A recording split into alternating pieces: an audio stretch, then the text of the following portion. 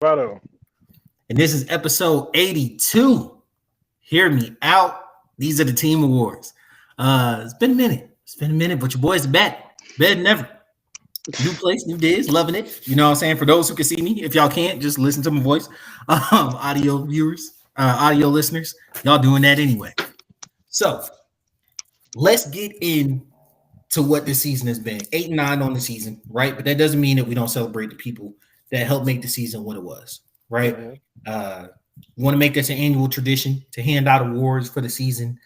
Got some repeaters, but hey, that just means you got excellence over time, right? Got some newcomers, which I think bodes well for the future of the team. So, ready, my man? Let's get into it. Our first award, like last year, is going to be the John Abraham Award. It is best D lineman, but we got a little fuzzy with the rules because, who gonna check us? So we more so because of the 3-4, we did best pass rusher, right? And that goes to drum roll, Arnold Ebiketie. Mans was hooping this last year. 38 tackles, 6 sacks, 6 tackles for loss. He really came on toward the end of the season. When we had that burst of 4 or 5 sacks in the last 5-6 games, he was a part of that. He was a part of turning that defense around, especially once Raheem took over. Honestly, future's bright with him. Still relatively a young guy. Taj, tell me what you think about the man. When he finally, because this is one thing I brought up in previous episodes. He's going into his 4th year in the NFL with his 4th defensive coordinator. Yeah. It's hard to learn a defense every year. It's hard to really get comfortable. So one pattern that's shown true is that when he starts to get comfortable, the production pops up. And they've switched back and forth, right? Like they went 3-4, 4-3, 3-4. Well, it still remains to be seen what we're going to be in this year because it feels a lot like 3-4 this year, but we'll see. But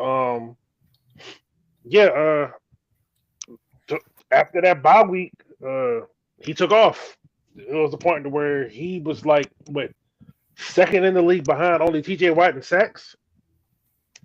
Then after that week 13 bye, so he was producing at a very high level during that time frame. Hopefully, we can get that to carry over into next season. But yeah, when you have a team with only 31, 32 sacks, you kind of limited on what you could pick. So, which is true. And if we're looking at that's why we got away from, because if you're looking at just like traditional D linemen, Grady led it with 2.5 sacks, which is it's pathetic to say the least. And that's not saying Grady's pathetic. I'm just saying the whole production as a team was just kind of bad in the sack department. Obviously, that's something that should get addressed via free agency draft, as camp cuts as we continue to move forward. And we're going to touch on draft coverage. That'll probably be next week's episode, you guys. But yeah, no, it is absolutely needed. It's absolutely necessary for us to up that production, but he should be a part of that production. Hopefully it doesn't take him, what was it? It was about half the season, a little over half the season for him to really turn on. Yeah, a little over half. But to be honest, it's probably going to be that way. And that's no slight on him. It is just what you talked about. 4 years, 4 different defensive coordinators. Remains to be seen what his role is going to be. I don't feel like using him as a linebacker, dropping him into coverage is the worst thing in the world, but I feel like it takes away from his strength. His strength is speed, getting around the edge, getting to the quarterback. Don't take that away. You can kind of play with the matchups. Every time you watch the film, it doesn't look like he gets completely lost when they're running stunts and he gets to go inside against bigger guards. It does kind of negate his speed. That's his advantage there, right? He doesn't overly blow up and bow past people, but every year you add something new to your game, and I would love to be proven wrong. But I do think just he has the ability to rush the passer. You highlight that. Yeah. All right. Going into our next award, the Keith Brookings / Jesse Tuggle Award. This is for our best linebacker. If you're wondering why this award has two names who went through this last year, right? These guys are only separated by 1 second team All-Pro, and I couldn't feel right leaving either one of them off. So this award got two names. So our Keith Brooking Jesse Tuggle Award goes to Caden Ellis. I don't think that's a shock or surprise to anyone. Caden Ellis he was doing crazy stuff this year. When I actually went and looked up the stats, it bounced off the paper. That man it didn't seem like he was doing all that, and he was. He had his moments of frustration throughout the season. But all in all, in a bad scheme, he did good things. Making the best out of what you got, right? 150 tackles, that's nothing to sneeze at. Like that's a lot of tackles. I don't care who you are. 150, that's a lot of tackles. In addition to being a middle linebacker, and he led our team in sacks and pressures. Yeah. Which I mean, going back to the D-line conversation, your linebackers, especially your middle linebacker, having a bunch of sacks. I wouldn't say a bunch, but almost leading your team in sacks isn't the greatest thing, because that usually means you're blitzing your linebackers a lot, and that usually means you're not getting a lot of pressure with your front four. Well, that's where he's at his best, though. It is. He is a pass rusher. He does get downhill. 5 sacks, 8 tackles for loss, and then here's the beautiful part: played all 17 games, right? Yeah. Not the dog pile on the man, but we do have really talented linebackers who just can't stay on the field, right? So, like, having somebody there plays all 17 games, it is extremely necessary, because your best ability is availability. Facts.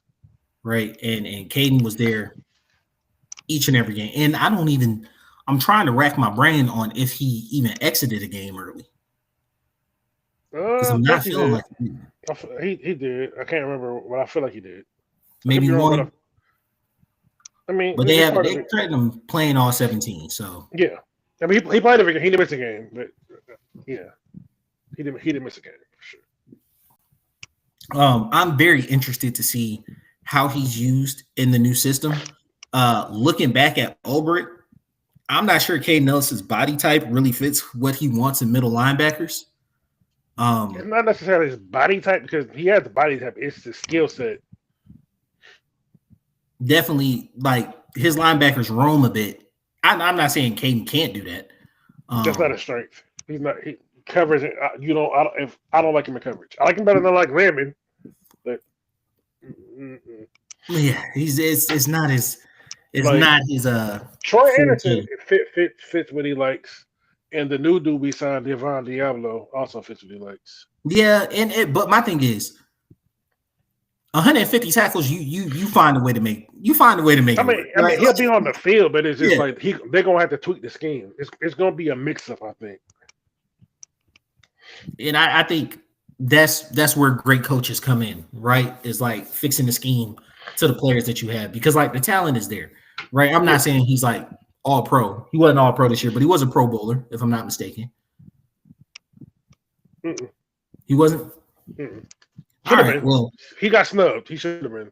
Yeah, I was about to say our Pro Bowlers were Chris Lindstrom, I know. Chris Lindstrom, Bijan, and was Jesse a Pro Bowler? No, Kadira Hodge. There it is. Yeah, because we came on here and talked about how Jesse got snubbed. Look at how he finished the season. Caden might have got snubbed too. So, congrats to you, my man. Appreciate you. Can't wait to see you in our new scheme. I definitely think you're going to be a part of the future. And he's not, I wouldn't call him a young player anymore, but he's not super 28, old. 29. Yeah, he's not super old. You still got 3 or 4 years of real solid production out of him. Yeah. Going on to our next award. It is the Deion Sanders Award for the best DB. The name is self-explanatory. Primetime. Yeah, come on. Best DB. That's what we're going for. All right. So our winner for this award is AJ Terrell. All right, y'all. All right. So here it goes. I know the hate coming, bro. But like all pro AJ. I've been calling him that since 2022. You understand me? Like AJ had a year I don't think most people really comprehended, bro. AJ, like Jesse has the stats. Jesse, I feel like is always going to have the stats. He plays up close to the line. The ball tends to find him. Once again, we talked about like if a safety leads your team in tackles, your defense probably ain't the best. And then, we kind of went back and forth on that. But the point is, Jesse does have a lot of tackles because he finds the ball, right? Jesse did lead the team in interceptions, right? So 102 tackles, 4 interceptions. Not taking that away. If you look at AJ's counting stats, 66 tackles, 6 passes defended, and then 2 interceptions. You're like, what the hell are they talking about? AJ was an all-pro this year. Do you understand me? AJ was an all-pro this year. He had a remarkable season and a definite bounce back from last year.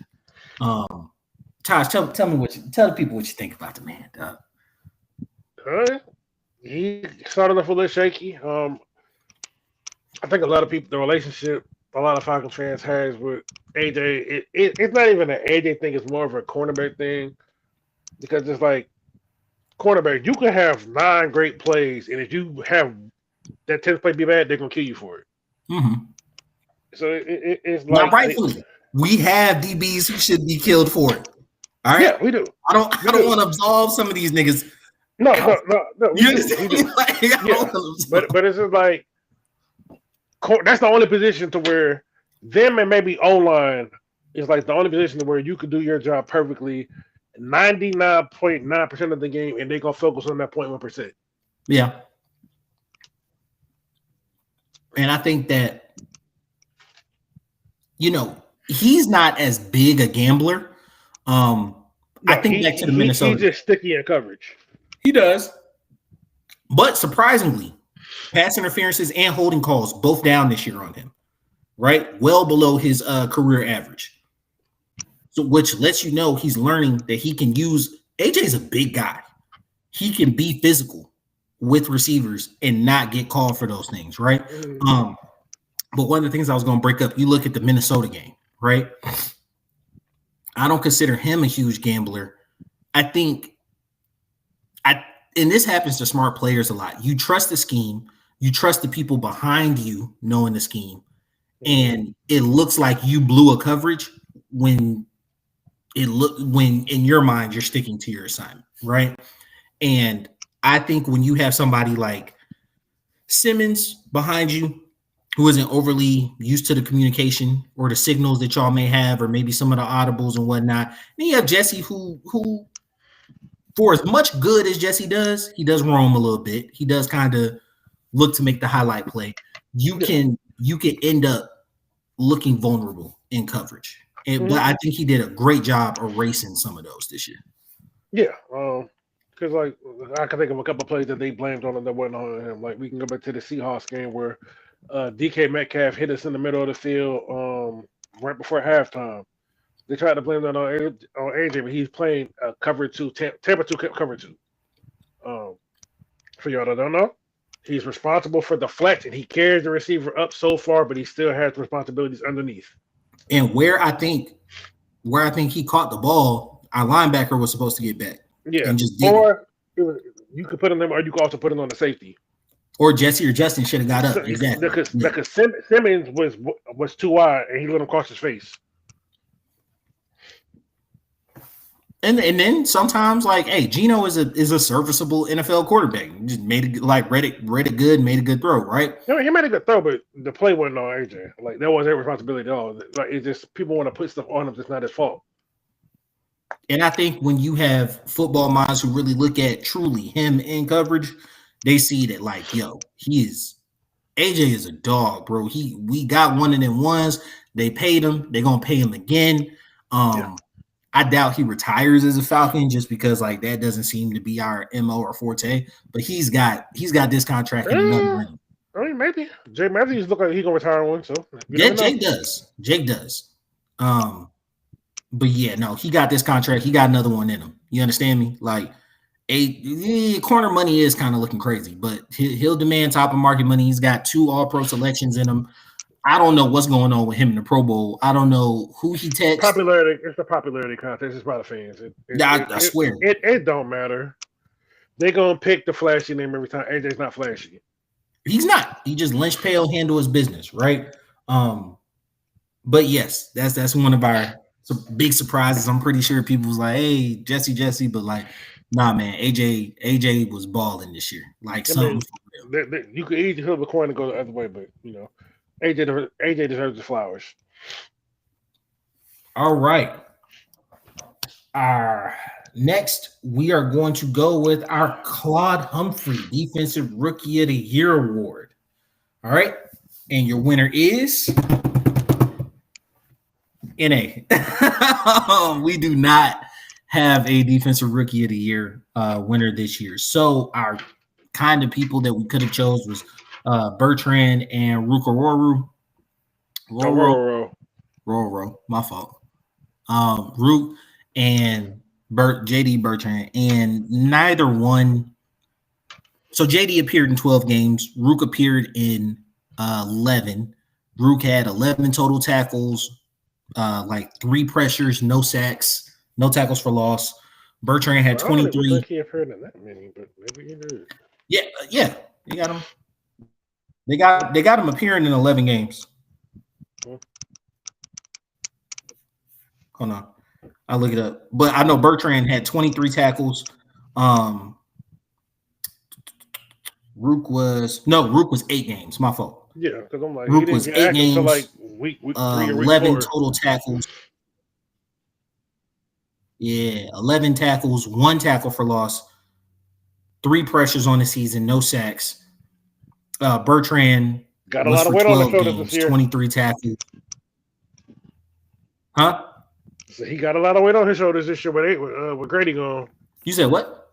I said he got a lot of weight on his shoulders this year with Grady gone. Oh yeah. Which we might have to add like a breakout award. That's definitely something we might have to look into next year because he should be on the rise. But Bertrand, 1 tackle for loss, 1 sack. I'm gonna be honest with you. I don't feel like he made a huge impact this year. So because of that, I don't think in good conscience either one of us could really do a Defensive Rookie of the Year. Mm-hmm. I was gonna give a participation trophy, but you know, Taj decided against it. Yeah. It might be for the best.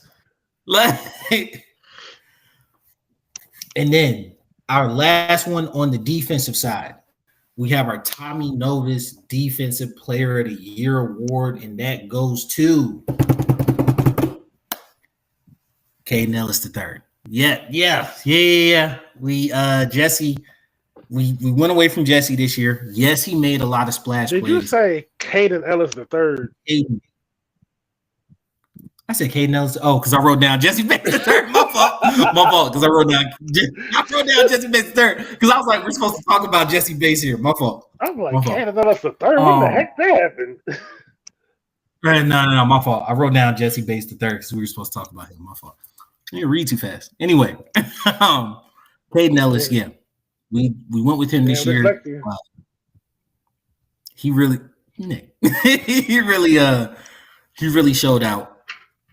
I don't think that Jesse had a bad year.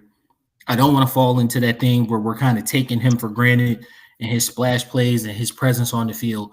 But like, I do think we weren't taking shine away from him by highlighting the fact that Kaden had an amazing year. Yeah.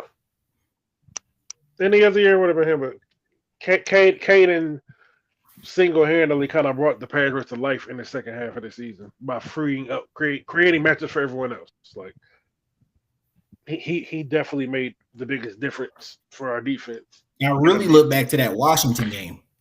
He made a huge difference. And Jaden went off, but Jaden went off against a lot of people. Kaden did make a big difference in that game. Yeah, he did. And you know, our Deion Sanders Award winner, had their number one receiver on a Warner poster. Whole night. Couldn't find him. They were looking for him, couldn't find him. All right, so going on to the offensive side of the ball, the award with the absolute least amount of, suspense with it is the Mike Ken Offensive Lineman Award. When we were talking about this, we actually said might need to get rid of it and be the same person for the next 5 years. But this award is Chris Lindstrom, right? Like that's pretty. It seems pretty redundant to even go through it. He's been a monster. Never said he was bad in the pass game, but definitely said, okay, well, maybe he's just like a much better run blocker than pass pro. Nah, Chris is all around. He's good. He's good. And because Chris got Drew Dalmas a lot of money. He swear he did. When they said Drew Dalman won a 28-year, I said, "Oh no, he ain't coming back." He didn't take it, but he ain't coming back. Is it for him? So one of our 4 picks might be a center. Jesus Christ, we'll get that when we go through draft coverage. Where we get the 5th one? We got 2 7ths. This man. All right. All right. Well, one of our 5 picks might be a center. We'll cross that bridge when we get there. Yeah. Hopefully we handle that before the draft. Or, hey, Kirk needs to get off the books, but we will discuss that in next week's episode. Yeah. As of now, just highlighting the team as a whole. Chris Lindstrom is amazing. And I think our offensive line, we might need to look into left tackle in about 2 years or so. But I mean, they just gave Jake a 2-year extension.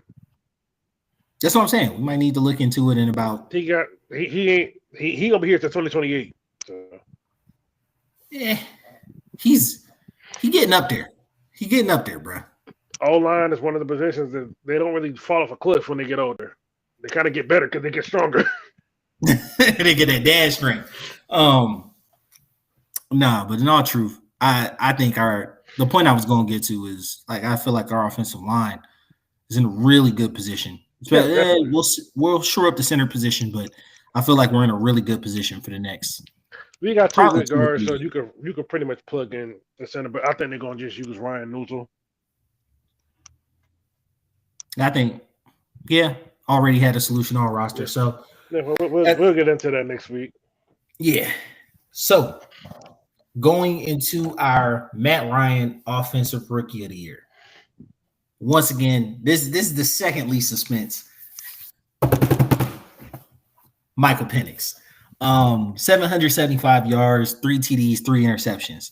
If you look at the counting stats on paper, you're like, what is everybody looking at or whatever? Why is this so exciting or whatever? You shorted on a touchdown. Nah, he got 3 touchdowns, 3 interceptions. 3 passing, 1 rushing. Oh yeah. All right, my fault.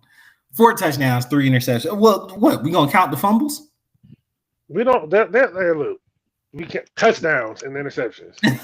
All right, 4 touchdowns, 3 interceptions. Either way, why is everybody so excited? Blah blah. Look, Michael Penix looks Y'all like got a eyes. real. Huh? Y'all got eyes. He looks like a real NFL quarterback, bro, and a top echelon one at that. I don't mean to come in here and just be hyperbolic about the man, but when I remember us at the draft last year, right? We were talked about it's a shock, surprise. Listening to the press conferences, they had him ranked highly and whatnot. We go into the season, training camp and whatnot. He's not getting as many reps, but people are talking about the ball flying off his hand, him looking real good, him being poised, him being mature. Yeah. Kirk goes into that tailspin. And the whole time we're sitting there we're really screwed paying him all this money. We didn't expect Penix to play because we still got to pay Kirk this money and whatnot. Coming on the other side of that, every single person in Atlanta is like, yo, Kirk can go. He can take the money, he can go, bro. It's cool. It's good. It's good. Do what you want, bro. Like it's gravy. I ain't even gonna hold against you because Penix balled out. You know, like the rapport that he immediately built with the receivers. You saw some misfires. You know what I'm saying? You saw some misfires, but that's to be expected. I still question this. I still question this coaching staff and their infinite wisdom not to just start him after the bye week. But I get it. It's all financial. Yeah, if you were going to bench Kirk that early, then you got to give him a chance to get out of it. Yeah, so like we talked about it. I feel like you could have got it. Wish you would have did it a game earlier, but regardless,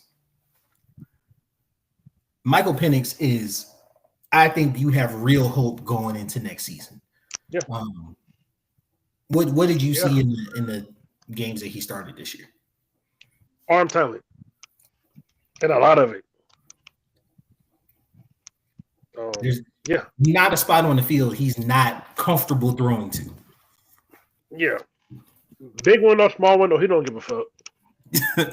And like he has this thing that I call arm arrogance. Like there's no like he's probably one of the top 10 strongest arms in the NFL right now. Stepping off the bus with it. And if you remember, I feel like we both had separate takes that aged just beautifully. Mine was when I was watching the game being called from an offensive standpoint, I said it looks like he's calling the game for somebody he wants to call it for, not for Kirk. Right? He's calling things that aren't necessarily Kirk's strong suit, but it's what he's tailored his offense around. And like you saw that come to fruition when Mike got into the game, right? Yeah. And then the one from you was like, you were like, Kirk's thing is mental. Like Kirk has never actually been pushed by someone who is capable under him, right? And that was causing the psychosis. I'm not gonna lie to you. I understand he wants to reel it back and say he was hurt. I still subscribe to your theory. Like it makes too much sense. No, but the thing is that even gives it more legs because you played hurt because you knew you wasn't gonna get back in. You wasn't gonna get back in, and you didn't. Like your worst fear, like your reluctance became like your submission, right? So like your reluctance to sit down became you submitting to the fact that like he's better than me. Yeah, it's like this. It's like Kirk is pretty much acting like, right? It's like you lose to your girl, right? And you know there's probably someone that's capable of taking her. And then when you see the person, you're like, hold on, no, I can't do it. You keep on doing, you keep on overcompensating for all this stuff, and then eventually you just lose anyway. So it's just like, yeah. We all done been there in high school, and this nigga got a car. You're not competing, bro. Exactly. You're not competing. It don't matter how many hot Cheetos you buy her out the vending machine, bro. Right. Like this nigga got a car, dog. Like this nigga got a car. It's over like, for you, big dog. You got hot Cheetos in the bus pass. It's over for you, big dog. And yeah, it's a perfect analogy because that's exactly what it was. Once he lost that job, he wasn't getting it back. It was over for you. All right, so our Michael Vick Offensive Player of the Year award. Oh dang, I missed one. It's cool. It's the same guy. Our Mike Vick Offensive Player of the Year award, and then our Julio Jones Best Skill Position award. Both of them go to Bijan Robinson.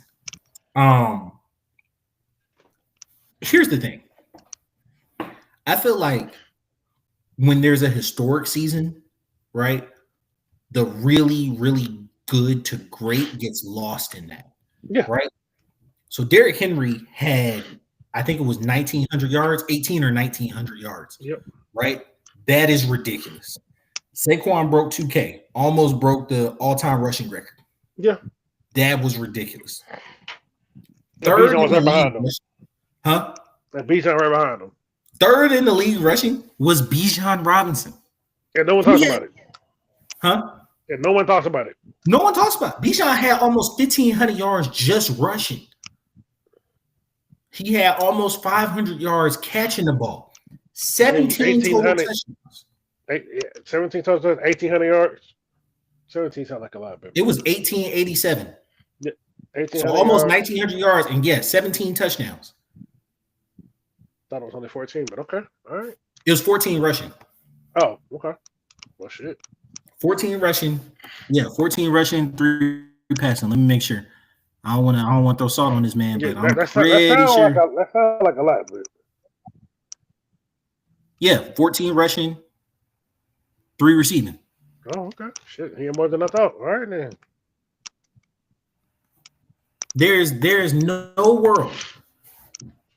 There's no world in which that isn't like an all-pro season, unless the two people in front of you do almost 2,000 yards. Yeah, like back to back, like have historic seasons. In any other year, Bijan and Jamar Gibbs would be 1 and 2 in every single first and second team All-Pro.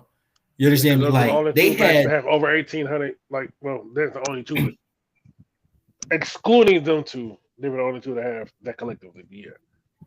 Yeah, 1,800 yards. Like they were balling out, and they do kind of get lost.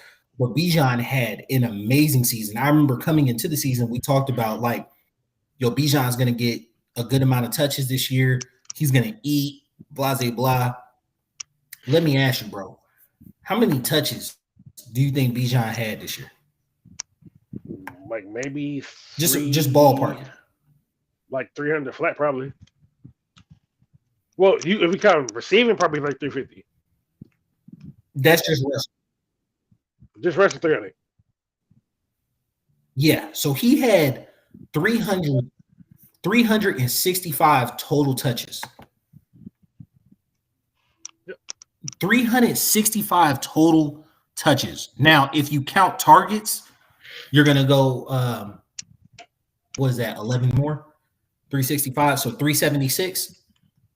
If you count targets, it's 376.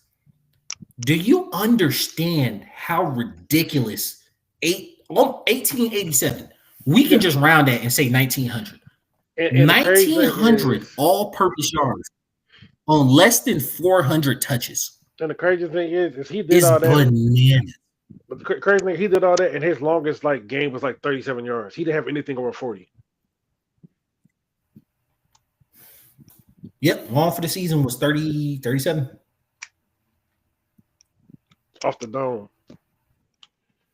That's crazy. Like almost 1,900 yards, less than 400 touches. And it's not like big plays. Like he just getting it every time, 4 or 5 yards every time he touching the ball. Automatic with it, bro. Like he is special. And I remember thinking that, like, especially off the season Algier had, that drafting a running back that high was a little bit of, missed priorities and whatnot. But no, I mean, it probably still was. But I mean, hey, I'm not mad at it. You got one of them ones, bro. Yeah. And sometimes you got to go best player available. You just got in. Yeah, we can go Jalen Carter. We can, go back and forth about that all day. But I feel like, and I think it was proved out from the fact that Arthur Smith, left, is that locker room probably couldn't handle Jalen Carter. You know what I'm saying? So, like, probably, yeah. You know what I'm saying? They got Bijan. He's, good man of standing values and whatnot. He wants to do the acting thing. I hear some fans talk about that. That don't bother me at all. You know what I'm saying? It definitely seems like he has his football priorities straight. So, let that man live. You understand me? Like, bro, if that keeps you saying in the offseason, by all means. You know what I'm saying? Like, I really look forward to seeing him for the next couple of years. Hopefully it doesn't, you know how it gets with running backs, but I feel like there's a resurgence in that position. Yeah, because we better have another one go top 10 in a month. Yeah, he's drafted pretty high, so I definitely think, contracts are contracts, but when the time comes, he definitely gonna get taken care of. Because Saquon, he definitely got taken care of. Yeah, they're redefining the position easily. So our next award is the added award. We talked about it last year, but this is the Michael Turner Award for the best free agent. Right? This year it is Darnell Mooney, almost 1,000 yards, 5 touchdowns. Him and Drake were leading the whole NFL is a tandem for a good bit of time until Kirk went into that tailspin. Really, really, I wouldn't say surprised, really, really excited about what he brought to the offense last year. I feel like he can maybe not 192 as a second weapon with Kyle Pitts on the field, who I know for a fact they want to get involved coming up this next season. You might not match your production, but I do think he's going to still be a really usable weapon coming up this next season. Might even exceed it because Penix like to go down the field. Penix does like to throw down the field, but Drake's gonna. I think Drake is gonna benefit from this greatly. I mean, Drake gonna benefit, but it's like Penix like to go down the field. Like Drake gonna get the volume, but Mooney's still gonna get them shots. So it won't be hard for him to match that what he did this year. Maybe even exceed it. Because they clearly want to pass. I mean, they're obviously gonna lean on Bijan, but they want to throw that rock. Because Drake had 1271, so almost 1,300 yards, 9 touchdowns. 1271. Like I could see him up in production by maybe 100 yards and 2 touchdowns. Like I think almost 1,400 yards and 11 touchdowns is a bomb ass season for him. I think that's gonna get him a bomb ass contract too. It's coming. Yeah, but Pitts was at 47 with 604, right? Pitts is gonna go because Kirk's injury kind of hurt Pitts too. It hurt Pitts because I don't see Pitts not getting close to 800 yards. So if we're looking at that, that's 2,500. Bijan has averaged 500 yards every year, right? So what is that? 21 plus 5, that's 2,600.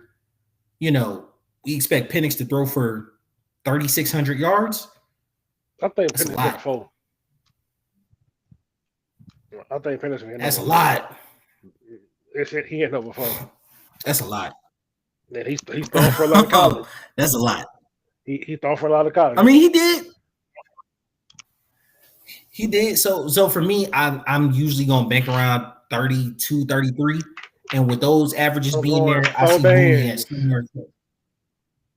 see Mooney somewhere close to 750, right?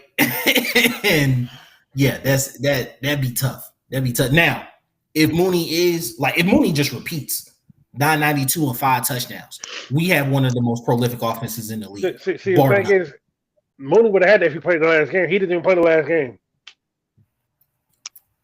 He really didn't. He could have had a 1,000-yard season. Yeah, because Penix we'll get him that, and he didn't get to play. So I think and we have something to play for it. I'm looking forward to it. I think 4 is a lot. 4 is a lot. I don't think it is. I think 4, because Kirk would have had 4 if he would have played the full season and didn't play like a dickhead. Yeah, but I mean, he had one game with almost 600 yards. 500, but still, 4 is not 4. To get 4,000, you got to average 220 a game.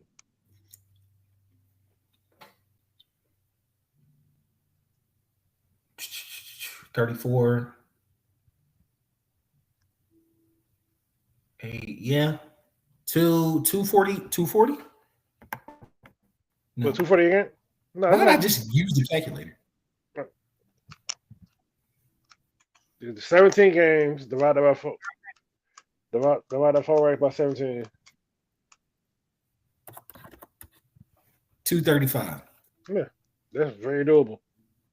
Because I think Penix never had it every game. Well, what? 775 divided by 3 is what? That's way over.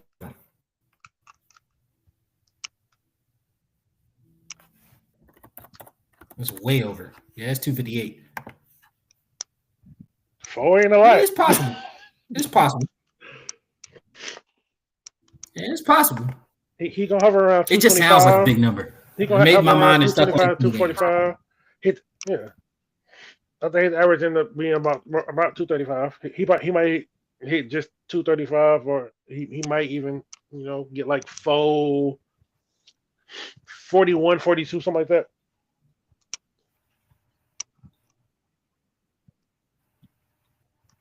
I'm looking forward to see what he puts forward this season. To wrap us up, we got our Dan Reeves Coach of the Year award, and that goes. I'm gonna let Taj have that one. Drum roll, please. Dwayne Ledford, O-line coach. Yeah, O-line coach. The O-line was hooping this year. I felt like that was our strongest unit on the team. Yeah, just like they run game was effective. Pass blocking was effective. We had injuries and still there was no drop off. Like let Ledford coach his ass off this year. And just because he's here, I feel that I don't feel as uneasy about not having our starter center back. So yeah, that's all I got. Definitely feel like he can coach those guys up and put. Yeah, I was about to say, definitely feel like he can coach those guys up, put us in a great position going forward. Appreciate you guys.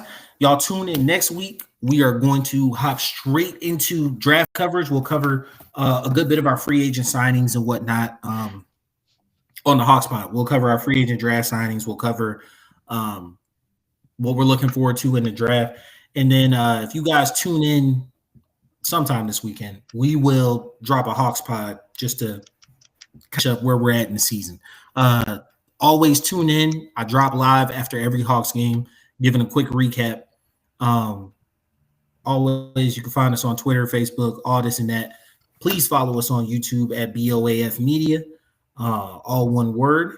This has been your boy Q City. Your boy Todd Bravado. And we out. Peace.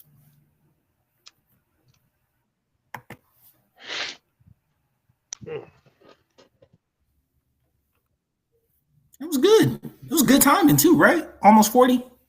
You're 40.